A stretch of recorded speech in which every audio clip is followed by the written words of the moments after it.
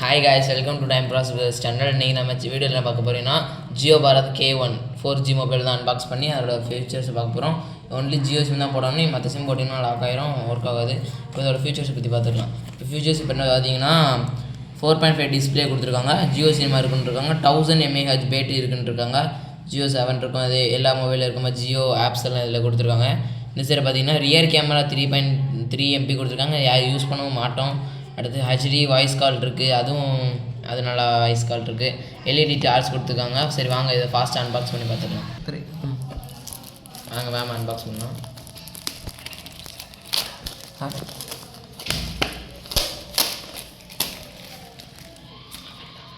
சரி வாங்க இதை திறந்து பார்த்துக்கலாம். இப்போ அன்பாக்ஸ் பண்ணுறதுக்கு நம்ம மற்ற இப்படிலாம் தூக்கணும்னா இப்படி திறக்கிற டைப்பு திறக்கணும்.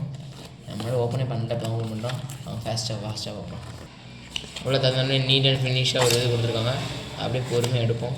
ஃபஸ்ட்டு ஒரு சார்ஜர் கேபிள் கொடுத்துருக்காங்க, தள்ளி வச்சுக்கலாம். அதுக்கப்புறம் ஸ்மெல்லுக்காக ஒரு ஜெல் கொடுத்துருக்காங்க, சிலிக்கா ஜெல்.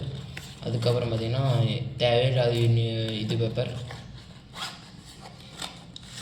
அதுக்கப்புறம் தான் நம்ம ஃபோன் இருக்குது பாருங்கள், பிளாக் கலரில் ஃபோன் இருக்குது பார்த்துக்கோங்க. ஆனால் பேக் சைடு வந்து நிஜமாகவே இப்போ வர மாடலில் இருக்க மாதிரி கேமரா கொடுத்துருக்காங்க. பேக் சைடு பாருங்கள், நீட் அண்ட் ஃபினிஷாக சூப்பராக இருக்குது. இப்போது நம்ம இந்த மொபைலில் ஆன் பண்ணால் வேறு எந்த பாக்ஸில் இல்லை, அவ்வளோதான். இவ்வளோதாங்க இந்த பாக்ஸில் இருந்த பொருள், அவ்வளோதான். பாருங்க இப்போ நம்ம ஃபோன் ஆன் பண்ண போகிறோம்.